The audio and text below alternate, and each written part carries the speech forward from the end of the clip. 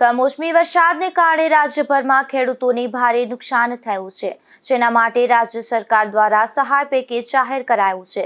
તેમજ ટેકાના ભાવે મગફળીની ખરીદી પણ શરૂ કરાઈ છે, જેને કુતિયાણા પંથકના ખેડૂતો આવકાર આપી રહ્યા છે. મારું નામ બચ્ચીભાઈ માલદેવભાઈ ભાદરકા. હું થેપડા ગામનો ખેડૂત છું અને મારે 6.5 વીઘા જેવી જમીન છે. એમાં અમારે આજે માવઠું ગયું, એ માવઠામાં ઘણું નુકસાન થયું. માંડવી અથવા પશુનો સારો બધો પલળી ગયો હતો. એના કારણે જે સરકારે તાત્કાલિક ધોરણે અમને જે આ હેક્ટરે 22,000 જેવી સહાય કરી, એમાં અમને ખૂબ જ ફાયદો થયો છે. અને આવનારા પાકો લેવા માટે અમે એ પૈસામાં જે સરકાર આપશે એમાંથી અમે જે બિયારણ ને બધું લઈ અને અમે આગળ વાવણી પણ કરી શકશું. એના લીધે અમને ઘણો બધો ફાયદો થયો છે.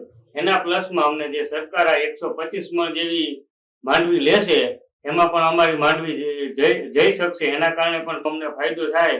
એનાથી આ સરકારે જે નિર્ણય લીધો એનાથી અમને બહુ ખૂબ મોટો ફાયદો થશે પણ આવનારા દિવસો.